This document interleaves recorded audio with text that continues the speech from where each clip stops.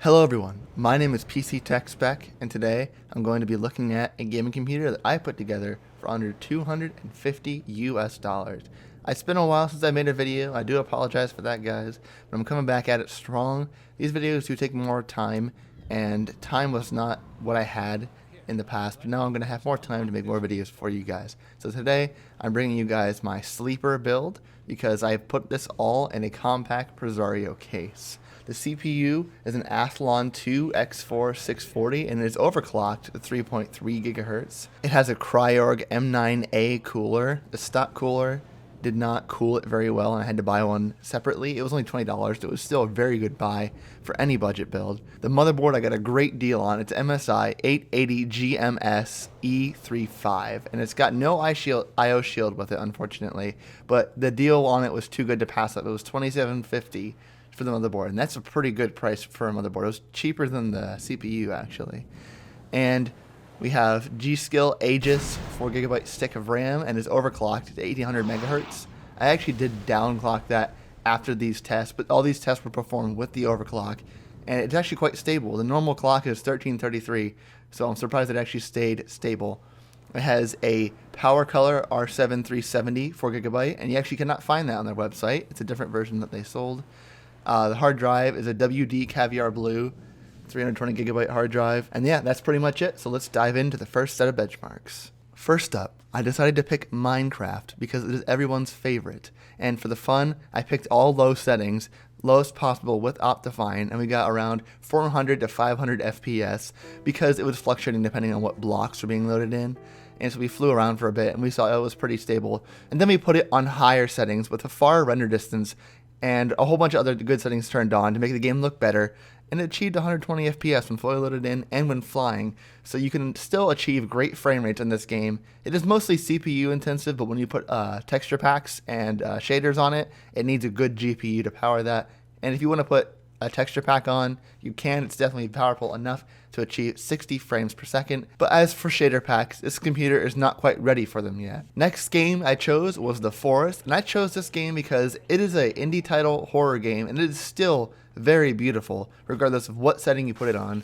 But unfortunately, this computer had a very hard time with this game, so we put it on very low settings. The game still looked absolutely gorgeous, and we were able to achieve 60 frames per second pretty much the whole gameplay. It fluctuated between 60, 62, and 58, all those ranges, of course, but we can always estimate about 60. And the computer was very loud during this gameplay. I'll put a little audio clip in right here.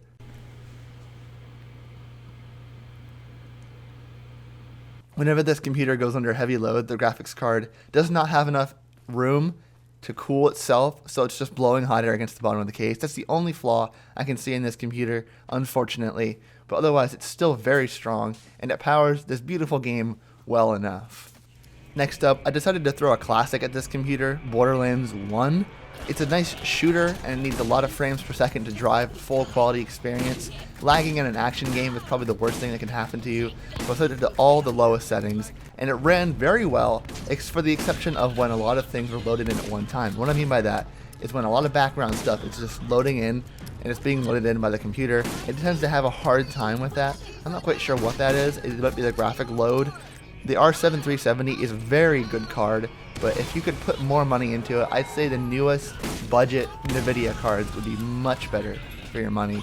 But as for this game, it has VSync on, so you could not see any frames higher than 62, so when the gameplay was still heated up and you were shooting all these enemies, after like 20 minutes of good gameplay, we were able to achieve 60 FPS pretty much the whole way throughout, for those exceptions where a whole bunch of things were on screen at one time. Next, I decided to play a Valve game, Left 4 Dead 2, because Source games run excellently on computers, and I figured this one would be a great example. This is on the highest settings with no anti-aliasing or no filtering, and we achieved a very fluctual frame rate actually. It went anywhere from 80 frames per second in heavy action to 150 frames per second when there's nothing happening. And you can see it has very quality settings, and it still runs very well under all these things happening at one time. So I was very pleasantly surprised by this.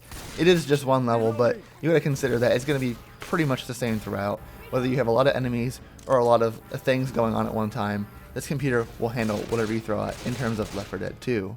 Lastly, I chose League of Legends to show off this computer's capabilities, and it is still pretty decent in terms of running this, but if you want to achieve 120 frames per second, I wouldn't quite advertise this computer. Regardless of what setting, I put it on medium and I put it on the very high setting, and they ran just about the same, around 60 FPS in terms of action and all the particle effects going off at one time. But when it lulled around, it was maybe 80 frames per second. In terms of just playing the game casually, you'll have no problems playing League of Legends, but I do understand if you wanted to have a stronger computer, it's worth it to put in just a little bit more money and buy newer components that are much more stable than these older ones. So I hope you guys did like this Team Red build, the Snorlax, and it's been an interesting process. It has that nice rainbow fan, as I might have shown you in pictures before, and it was just fun to work with, just putting all these parts together, overclocking it, messing around with it. The GPU is unfortunately very loud, so you would need headphones or something to block out the sound, or maybe just a extra fan inside to keep it cold. But it ran just fine doing these benchmarks. Didn't go any higher than 90C, but it got very close, which is very scary to me. And hopefully you guys did enjoy this video. So please leave a like, subscribe, and comment down below, letting me know what I can do for you guys in a future video. Thank you so much for watching, and I hope to see you guys in the next video that I make.